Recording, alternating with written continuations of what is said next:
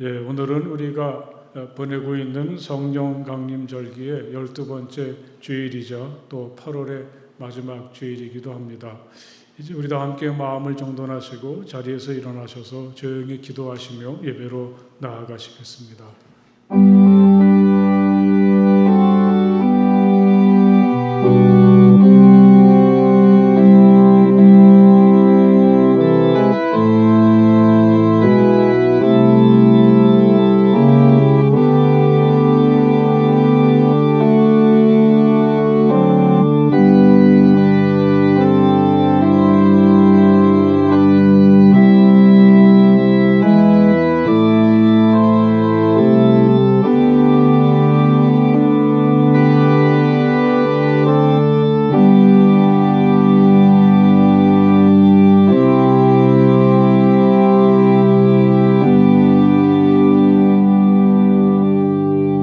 너희 모든 나라들아 주님을 찬송하며 너희 모든 백성들아 그를 칭송하여라. 우리에게 행하신 주님의 인자하심이 크고 주님의 진실하심은 영원하다. 할렐루야. 아멘.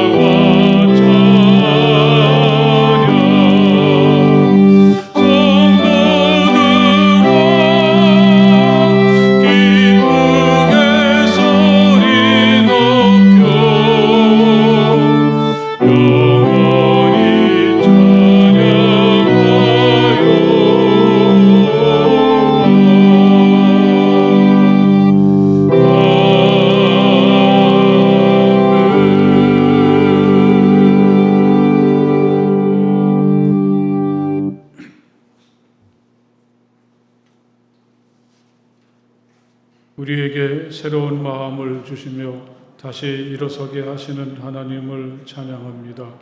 찬양과 감사로 드리는 우리의 예배 우리를 받아 주옵소서. 무심하게 지나가는 시간을 살지만 우리의 모든 순간은 특별합니다. 눈앞의 욕망에 취해 우리의 선한 마음이 잠들지 않게 하시며 현실에 파묻혀서 우리의 거룩한 다짐이 흔들리지 않게 하옵소서. 우리를 뜨겁게 사랑하시는 하나님의 사랑의 흔적을 가슴에 새기게 하옵소서. 약하지만 강하게, 가난하지만 부유하게 오늘을 살아가며 자신만의 아름다운 흔적을 남기게 하옵소서. 예수님 이름으로 기도합니다. 아멘. 이 시간 우리와 함께 침묵하시며 마음으로 하나님께 기도하시겠습니다. 하나님, 제가 여기 섰습니다. 따뜻한 사랑으로 저를 품어주시고 또 제게 있는 모든 부끄러움과 허물들을 이 시간 용서하여 주시고 저의 아픔과 고통과 상처들을 온전히 치유해 주시기 원합니다. 우리 침묵하시며 마음으로 하나님께 기도하시겠습니다.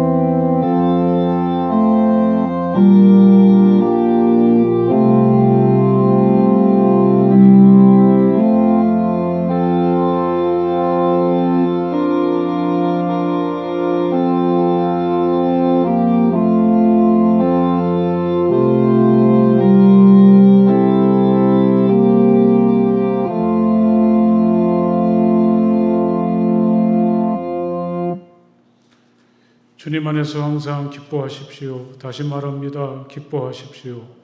여러분의 권영을 모든 사람에게 알리십시오. 주님께서 가까이 오셨습니다.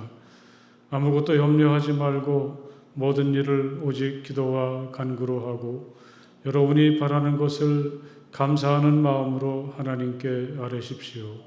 그리하면 사람의 헤아림을 뛰어넘는 하나님의 평화가 여러분의 마음과 생각을 그리스도 예수 안에서 지켜줄 것입니다. 아멘.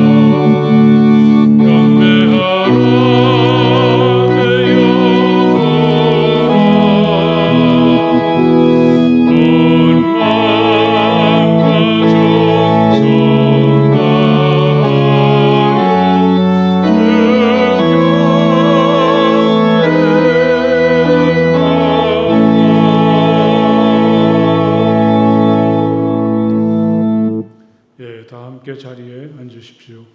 이 시간에 우리 함께 기도하실 때에 김능식 권사님께서 나오셔서 기도해 주시겠습니다.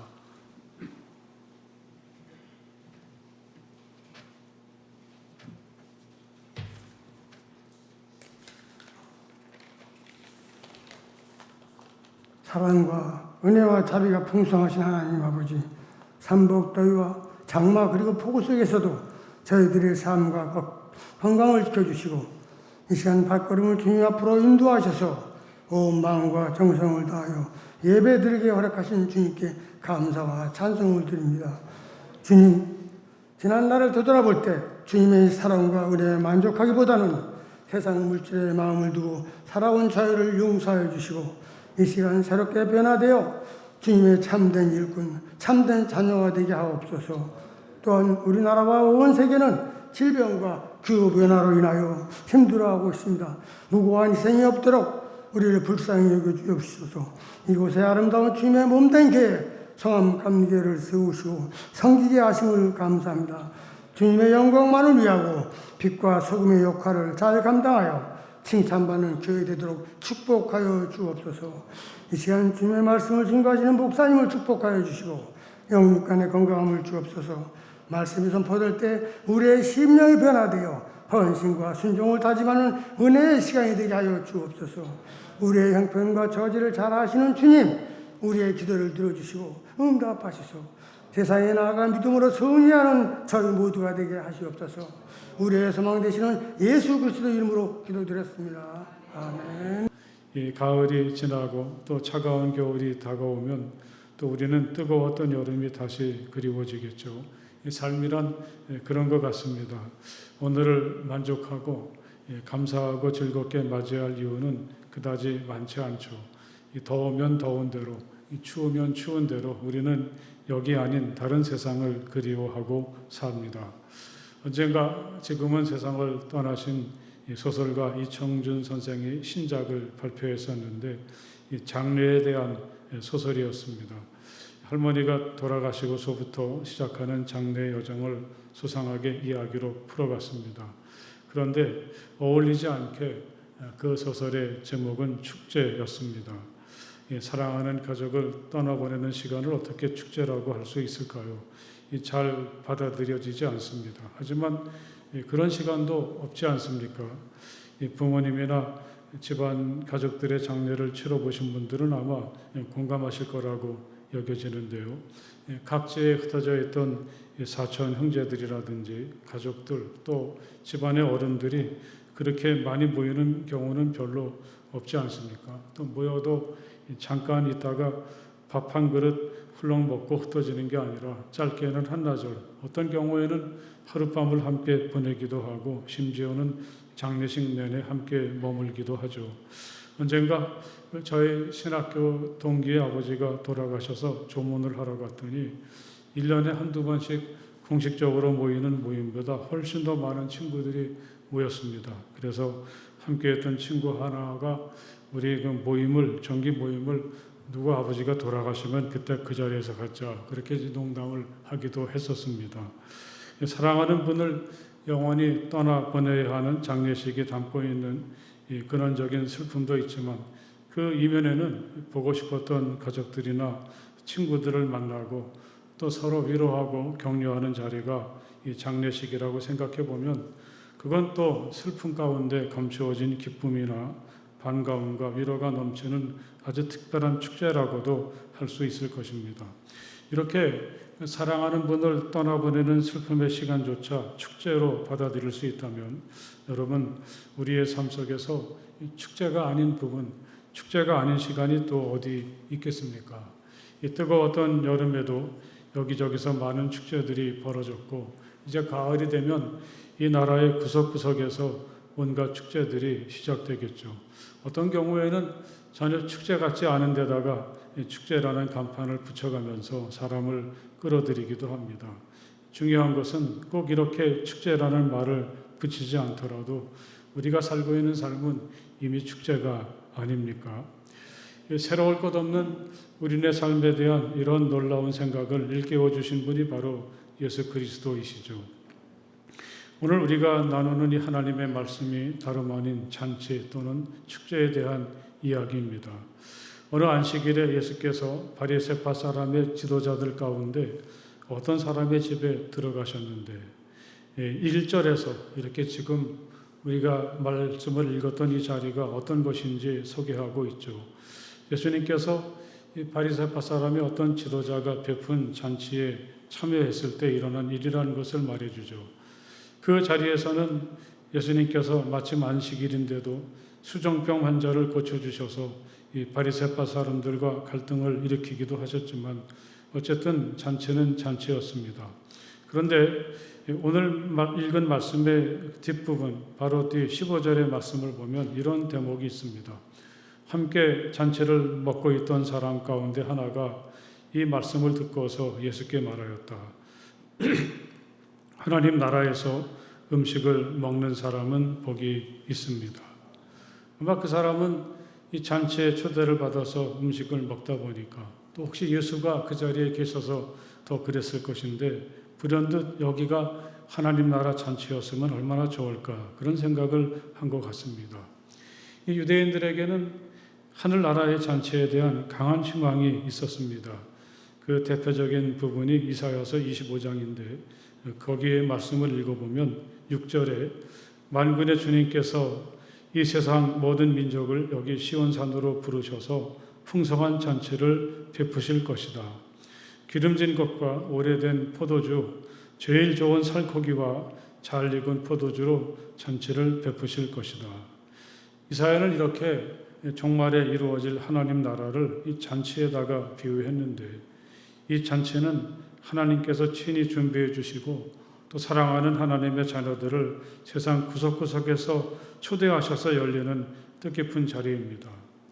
그 잔치는 이제 더 이상 죽음이 지배하지 못하는 영원한 생명의 기쁨을 축하하게 되죠. 또 주님께서 이 산에서 모든 백성이 걸친 수의를 찢어서 벗기시고 주님께서 죽음을 영원히 멸하신다. 하나님께서 죽음을 상징하는 수의를 찢어버리시고 이 죽음을 영원히 멸하신다고 하실 때 정말 통쾌한 마음이 들었습니다. 이제는 더 이상 죽음이 우리를 지배하지 못하는 이 죽음이 죽어버린 세상이 열리는 순간입니다.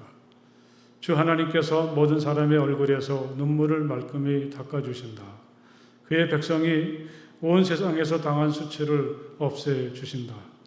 단지 우리가 살아서 구차한 생명을 연장하는 것이 아니라 그 자리는 세상에서 겪었던 모든 아픔과 고통, 수치와 모욕의 흔적이 완전히 사라져버리는 그 자리라고 그렇게 이야기합니다. 여러분 한번 상상해 보십시오. 아마 이렇게 얘기했던 사람도 이 말씀을 아마 생각을 하고 있었을 것입니다. 얼마나 소중한 것입니까? 하나님께서 우리를 위해서 정성껏 준비하신 살코기와 포도주가 있죠. 또 그곳에 초대받은 사람들은 더 이상 죽음의 지배를 받지 않습니다. 죽음을 넘어선 진정한 생명, 또 영원한 생명을 누리게 되죠. 그곳에선 더 이상 눈물을 흘리지 않아도 됩니다. 나를 괴롭히던 모든 상처들과 아픔은 하나님의 따스한 손길을 통해서 눈 녹듯이 그렇게 사라져 버리고 맙니다. 우리는 그 잔치를 통해서 이제껏 한 번도 누리지 못했던 영원하고 충만한 삶으로 나아가게 됩니다. 그런데 예수님은 이 사람이 그렇게 그리워하고 부러워했던 그 잔치가, 이 축제가 이미 시작되었다고, 하지만 사람들은 그것도 모르고 여러 가지 핑계를 대가면서 그 잔치에 오려고 하지 않는다고 예수님은 말씀을 하십니다. 어떤 사람이 큰 잔치를 베풀고 많은 사람을 초대하였다. 이 잔치가 시작이 되었습니다. 잔치 시간이 되어서 그는 자기 종을 보내서 준비가 다 되었으니 오십시오 하고 초대받은 사람들에게 말하게 하였다. 이건 참으로 중요한 의미를 가지는 말씀입니다. 이 말씀을 읽을 때 우리는 좀 고개를 갸우뚱하죠. 하늘나라 잔치가 시작되었다니까 이게 무슨 말인가? 우리는 아직도 힘들게 살고 있는데 우리 현실은 너무 각박하고 우리 모습은 달라진 게 없습니다. 그런데 예수님은 우리에게 이제 잔치가 시작되었다. 그렇게 말씀을 하십니다. 여러분, 오늘 이런 믿음이 우리 가운데 있기를 간절히 바랍니다. 물론 사방을 둘러보아도 좋아지는 게 없는 것 같지만 또 모든 것이 완전해지는 종말은 아직도 기다려야 되겠지만 예수님 말씀하신 것처럼 이미 축제, 잔치는 시작이 되었습니다. 그 시작은 다름 아닌 세상에 오신 하나님의 아들 나사렛 예수 그리스도이십니다. 아직 해가 뜨지 않았어도 때가 되면 동쪽을 보면 이미 환하게 밝아오기 시작하지 않습니까? 그리고 그걸 바라보는 사람들은 이미 아침을 시작하고 있습니다. 우리가 믿는 예수님에게는 이런 매력이 있습니다. 물론 처음부터 그걸 알 수는 없죠. 우리는 내 필요에 따라서 내 어떤 그 요구에 따라서 예수를 믿기 시작했습니다. 그런데 예수를 알면 알수록 우리는 예수를 통해서 내가 막연히 생각했던 그 순간이 어느덧 내 곁에 다가와 있음을 느끼게 되는 거죠. 최근에 끝난 TV 시리즈 이상한 변호사 우영우를 저 열심히 봤는데 우리가 생각하지 못했던 여운을 남기고 끝났습니다. 자신을 길을 잃고 흰 고래 틈바구니 속에 외롭고 힘겹게 살아가는 옅불고래에다가 비유할 때 참 처연하다는 생각이 들었는데, 그녀는 그 마지막 이야기 속에서 그래도 자신의 생은 살만하고 아름답다고 그렇게 이야기하고 있습니다. 또 가장 마지막 장면에서 그 주인공은 자기를 감싸도는 이 놀라운 신비한 감창의 정체가 뭔지 고민하다가 그건 뿌듯함이다 그렇게 이야기할 때 깊이 공감하게 되었습니다. 아마 그 드라마가 말했던 뿌듯함이 우리 믿는 사람들이 잘 쓰는 말 중에 충만함이다 그런 말인데 같은 뜻이 아닐까 저는 그렇게 읽었습니다. 그리스도가 우리에게 주시는 이 값으로 따질 수 없는 선물이 있다면 바로 그게 뿌듯함 또는 충만함이 아니겠습니까?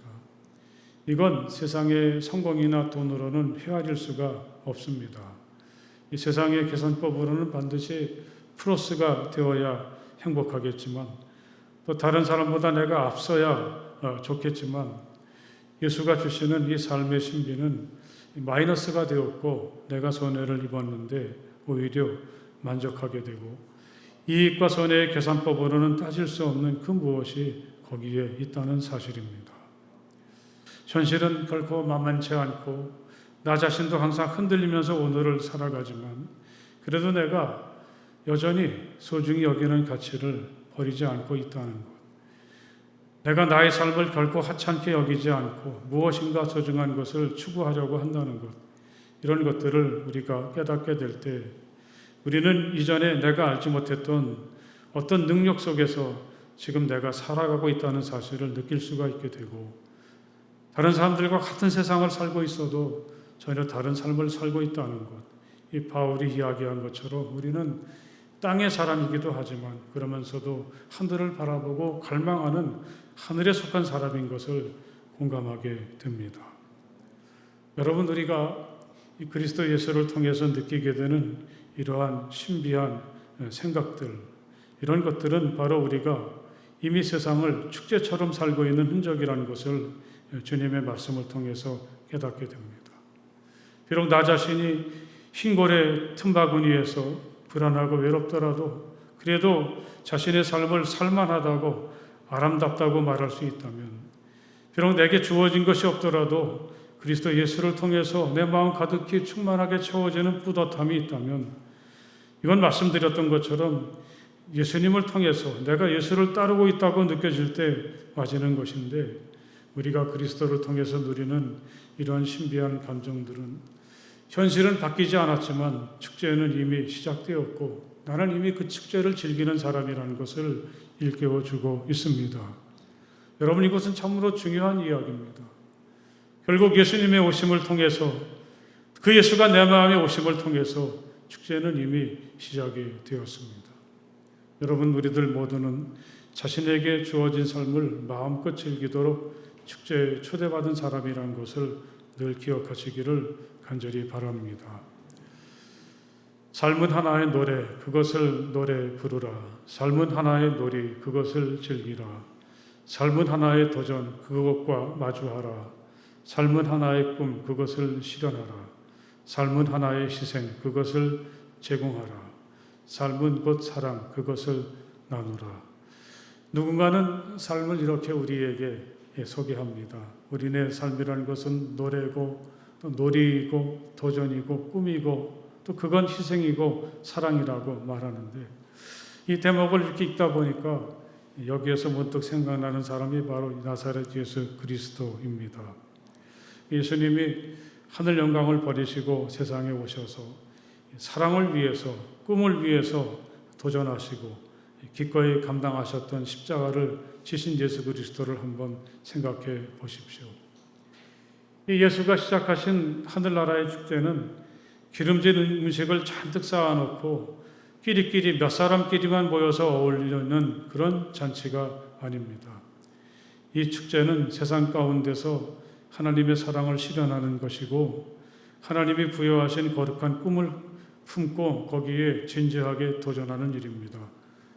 내 자신의 욕심을 취하려고 하기보다는 희생하는 그 자리에서 우리는 하늘나라 축제를 즐기기 시작합니다. 만약에 누군가에 대한 사랑이 나에게 희생할 수 있게 하고 십자가를 지게 한다면 우리는 예수를 통해서 시작한 하나님의 나라의 축제를 이미 즐기고 있다고 말할 수가 있습니다.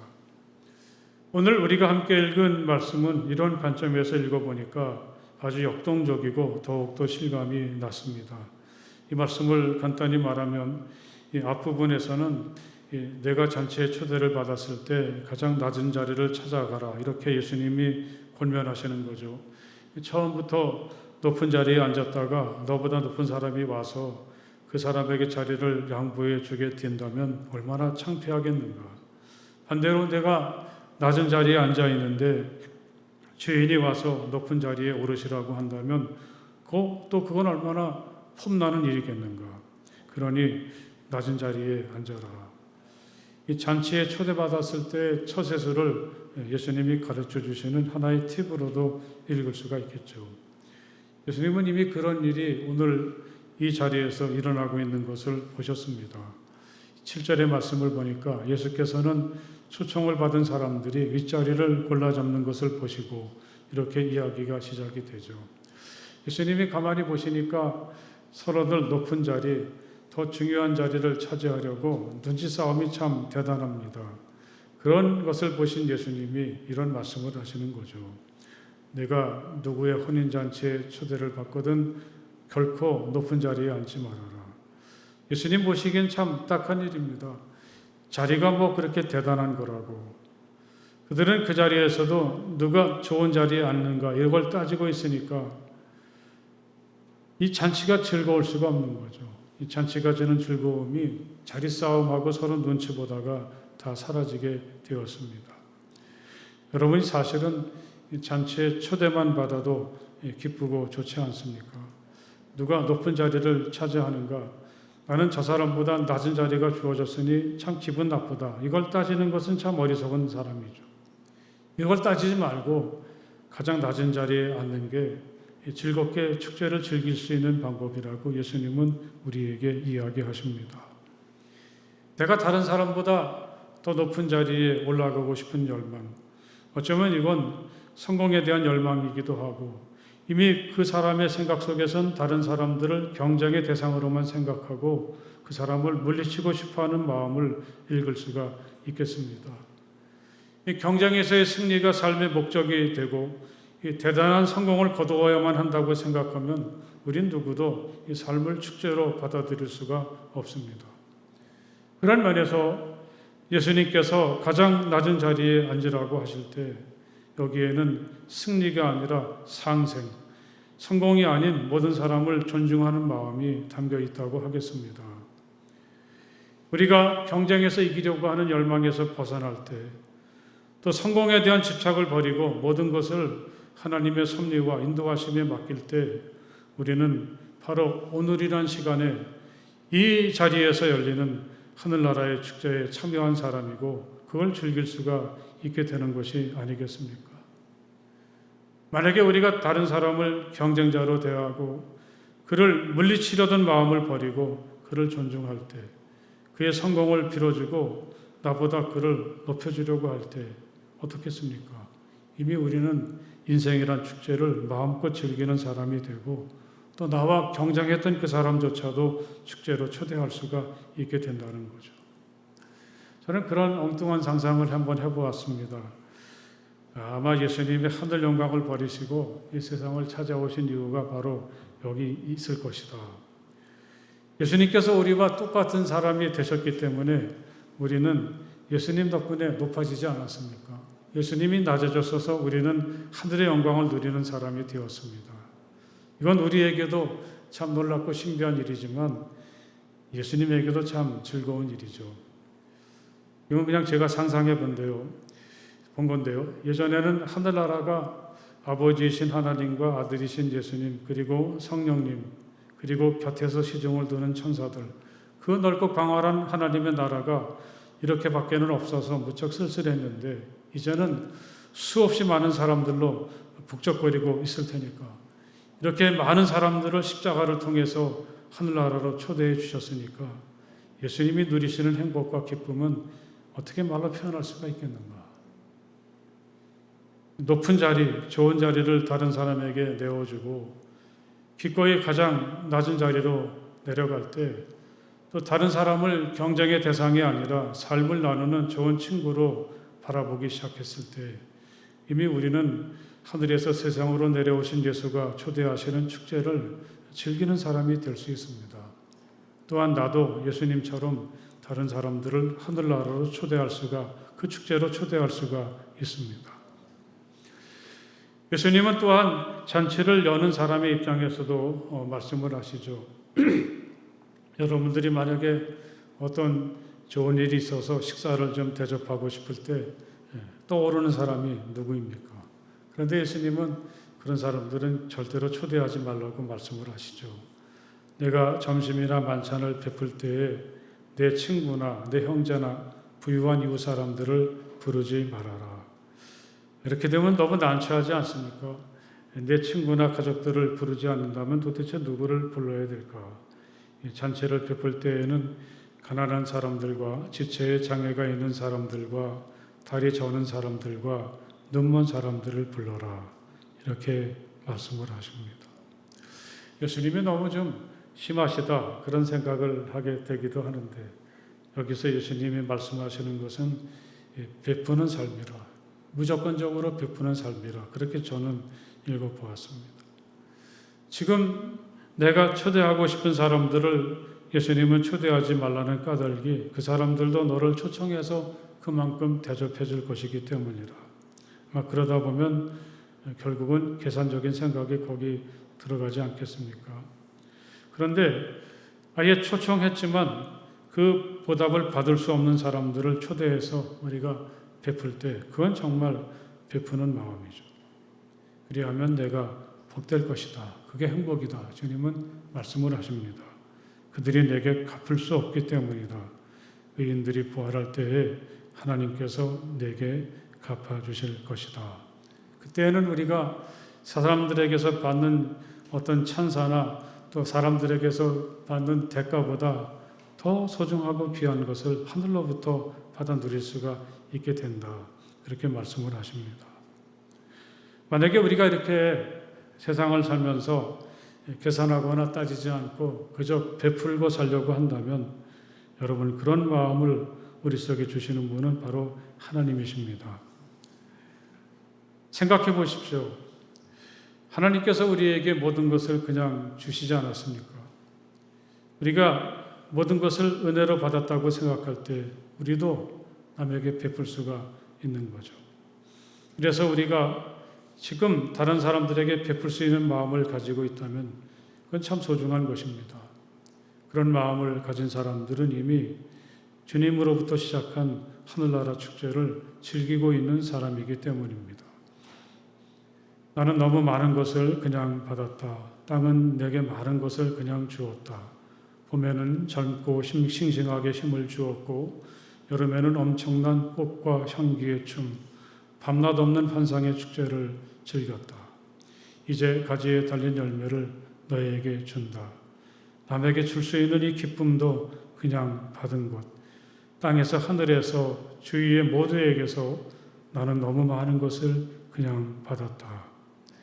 이 시를 읽을 때 정말 가슴이 풍성해지고 깊은 공감을 할 수가 있었습니다.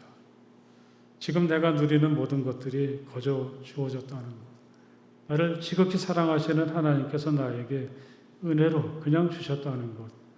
여러분 우리가 이런 것을 느끼며 살 때 그 사람은 결코 인생이 평범하지 않습니다. 어느 한순간도 무의미하게 보낼 수 없습니다. 모든 순간이 은혜고 생명이 넘치는 축제가 되는 거죠. 저는 이 대목을 곰곰이 감동하고 묵상하다가 문득 삭개오를 생각하게 되었습니다. 앞으로 우리가 또 삭개오를 이제 머지않아 읽게 될 텐데 그날 여리교이신 예수님이 여리교의 그 많은 사람들 중에서 오로지 자기 이름만 불러주시고 많은 사람들의 집이 있지만 예수께서 자기 집을 찾아와 주셔서 머무르셨을 때 삭개오는 무엇을 느꼈을까요? 모든 게 다 하나님의 은혜로구나. 나는 너무 많은 것을 그냥 받았구나. 이런 게 아니겠습니까? 그런 누가 시키지도 않았는데 이런 고백을 예수님에게 했습니다. 주님 보십시오. 내 소유의 절반을 가난한 사람들에게 주겠습니다. 또 내가 누구에게서 강제로 빼앗은 것이 있으면 4배로 갚아주겠습니다. 틀림없이 이 삭개오는 하늘나라의 축제를 이미 즐기고 있습니다. 그리고 다른 사람들을 축제로 초대하고 있습니다. 우리 삭개오가 이렇게 달라졌습니다. 고단하고 한숨으로 가득했던 우리들의 삶이 오늘날 갑자기 축제가 될 때, 그건 얼마나 신비하고 놀랍고 멋진 일입니까? 우리 힘으로는 할 수 없지만 예수님은 하십니다. 예수님은 우리들을 축제로 초대해서 삶을 즐기게 하시죠. 현실을 바라보면 할 말이 참 많지만 예수님을 바라볼 때 우리는 너무 많은 것을 나는 그냥 은혜로 거저 받았구나. 이 세상은 살만하고 나의 삶은 참 소중하고 아름답구나 하는 것을 느끼게 되죠. 축제는 이미 시작되었습니다. 마음껏 즐기는 우리 모두가 될 수 있기를 간절히 바랍니다. 할렐루야. 기도하시겠습니다. 하나님 참 감사합니다. 우리가 살고 있는 이 삶에 많은 어려움과 고통과 한숨뿐인 것 같지만 또 다르게 생각을 해보면 이 삶 자체가 축제인 것을 저희들 이 귀한 말씀을 통해서 깨닫게 도와주시니 정말 감사합니다. 우리가 경쟁하려고 또 다른 사람보다 높아지려고 하는 마음을 버리고 너를 존중하고 진정한 형제로 바라보고 맞아줄 때, 내가 너를 높이려고 하고 상생하려고 할 때, 그리고 하나님께서 내게 모든 것을 거저 주신 그 사랑을 기억하면서 마냥 베푸는 삶을 살려고 할 때 이미 우리는 하늘의 축제를 즐기는 사람인 것을 깨닫게 도와주시니 정말 감사합니다. 우리에게 이런 마음을 허락하여 주시어서 정말 이 살만하고 아름다운 세상 또 멋진 인생을 기쁨으로 살아가는 우리 모두가 되게 하여 주시옵소서. 예수님 이름으로 간절히 기도드렸사옵나이다. 아멘. 누구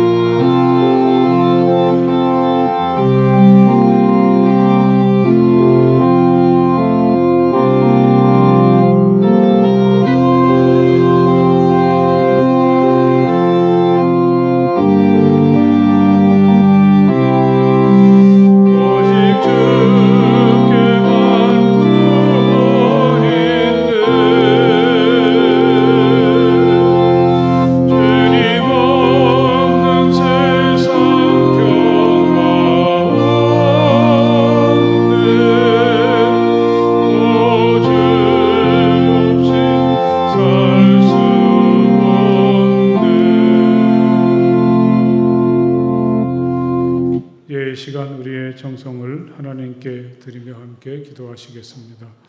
영원하시고 거룩하신 하나님 참 감사합니다. 복잡하고 분주한 한 주간의 삶도 지켜주시고 다시 이 귀한 주님의 날에 주님 앞에 설 수 있게 하시니 정말 감사합니다. 말로 다 할 수 없는 하나님의 놀라운 사랑과 기쁨을 마음속에 새기며 하나님께 우리의 정성을 드리고 그 정성 속에 우리 자신을 담아 드리오니 이 예물과 우리 자신을 하나님 받아 주시옵소서. 이 예물이 하나님의 뜻을 따라서 거룩하고 귀하게 잘 사용될 수 있도록 인도해 주시고 또 다시 한번 하나님 앞에 자신을 드리는 모든 이들을 사랑으로 품어주시고 머리에 손을 얹으시고 복내려 주시옵소서. 이 고달픈 인생살이 속에서도 하늘의 축제를 마음껏 즐기며 살아가는 우리 모두가 되게 하여 주시기를 간절히 바랍니다. 우리 일터에 복내려 주시어서 기쁨으로 언제나 일하게 하시고 또 30배, 60배, 100배의 풍성한 결실을 거둘 수 있도록 복내려 주시옵소서. 우리 가정이 작은 천국을 이루게 하시고 우리가 꿈꾸는 소원들을 들어주실 줄 믿습니다. 우리에게 허락하신 보물처럼 소중한 우리 자녀들에게도 복내려 주시옵소서. 아프고 지치고 또 불안함 속에 있는 많은 우리 믿음의 형제와 자매들도 있습니다. 그들의 상처와 질병을 치유해 주시고 평화로 인도하여 주시옵소서. 멀리 흩어져 있는 우리 가족들도 있습니다. 어디에 있든지 주님 은혜와 사랑으로 돌보아 주시옵소서. 우리 주님 예수 그리스도의 이름으로 간절히 축복하며 기도드렸사옵나이다. 아멘. 이 시간 옆에 계신 분들하고 사랑하고 축복합니다. 함께 인사해 보십시오. 사랑하고 축복합니다. 광고 말씀 잠깐 드리겠습니다. 이번 토요일은 벌써 이제 8월이 다 지나가고 9월 첫 토요일, 우리 그 매월 첫 토요일마다 행하는 전교인 새벽기도회가 있는 날인데 참 기도하기도 좋은 계절이고 또 기도해야 될 시간이 아닙니까? 함께 오셔서 열심히 기도하시고 교제도 나누시면서 가을을 시작하시기 바랍니다. 우리 교회에 또 경사가 하나 있었는데요. 지난 월요일 날 우리 그 박은실 목사가 딸을 출산했습니다. 가정이 참 힘들고 어려웠지만 또 귀한 생명을 낳았는데 건강하게 잘 자라고 또 박 목사님도 속히 건강해질 수 있도록 여러분 많이 기도해 주시길 바랍니다. 어제는 우리 임명선 권사님 어머니가 돌아가셔서 우리 임명선 권사님 상중에 있습니다. 내일 장례를 치르게 되고 교회에서는 어제 저녁에 문상을 다녀왔는데 여러분 그 가정 위해서 많이 기도해 주시고 위로해 주시기 바랍니다. 또 지난 주간에 우리 김윤환 성도님 모친상을 당하셨고 우리 윤정희 집사님 시부상을 당하셨는데 우리 교우들의 조문과 위로가 감사해서 또 떡을 준비해 주셨습니다.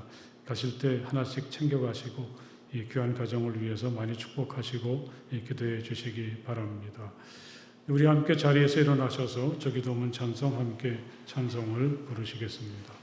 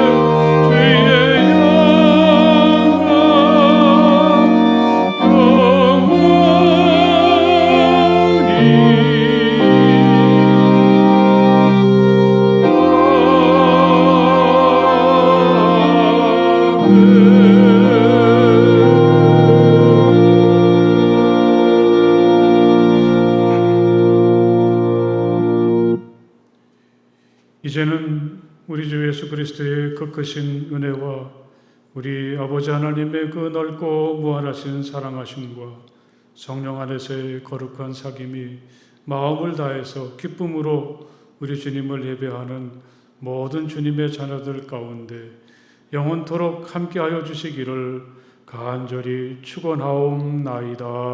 아멘.